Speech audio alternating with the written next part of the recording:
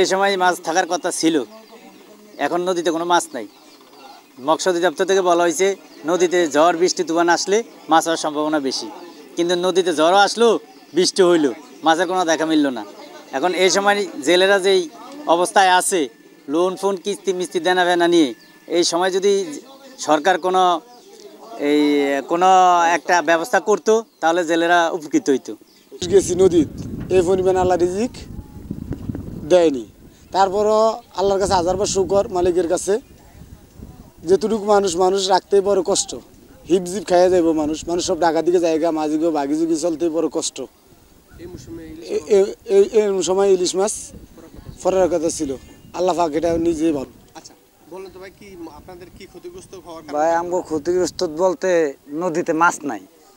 আমরা মনে করেন লোন লইছি, কিস্তি লইছি, সুদে টাকা লইছি, বাগিযুগিরে দাদন দিছি। মনে করেন বাগিযুগি নৌকা ঠিক মতন আসে না। কেন আসে না? মনে করেন নদীতে মাছ নাই।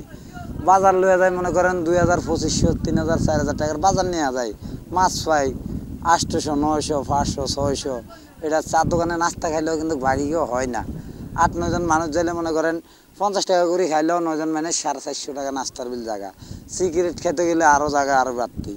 মনে করেন এই যে আমি অনেক টাকা খরচ করে যে ট্রলারটা বানাইছি, আমার জ্যৈষ্ঠ মাসে তো ইলিশ মাছ পাওয়ার কথা, কিন্তু সেই হিসাবে মাছ নাই। আশা আমরা আরও ঋণ করি, আগে ঋণ তো আছে, আরও ডাবল করে আমরা ঋণ করছি। ঋণ করে মনে করেন আমরা হিসাব করছি এই সময় নদীতে মাছ আইব, আমরা মাছ ধরে ভাগি জুগিলে আনন্দ উৎসব করে ফ্যামিলি নিয়ে কাটামো। কিন্তু কারণ ফ্যামিলি থাক দূর কথা, বাগিরে চালাইতে কষ্ট হয়ে যায়। আমরা আজকে 1 মাস ধরে নদীতে যাইতে পারি না। নদীতে মাছ নাই, কীভাবে যাবো? নদীতে মাছ যা পাই তেলের দোকানে দিয়ে আমগো হয় না, আমগো বদলার টাকা ফসে না। যা ফসে এরা বাপ মার ওষুধ ভরে নিয়ে আমগো থাকে না, চাল কেনার টাকা থাকে না, চাল কিনতে পারি না। যদি সরকারের পক্ষের থেকে আমার কিছু কাজ কাম দেয়, আমরা করে খাইতে পারবো। এছাড়া আমগো উপায় নাই। এমনকি আমগো জালিয়ার কার্ডের চাল আমরা ঠিকমতো পাইতে আসি না। এই মাঝজালি করি, কোনো দিন আমি কোনো মেম্বারের চেয়ারম্যানকে আমার 1 তোলা চাইলেও কোনো দিন আমার দেয় না, যে তুই দে, অসহায় মানুষ, আমি খুব অসহায় আছি।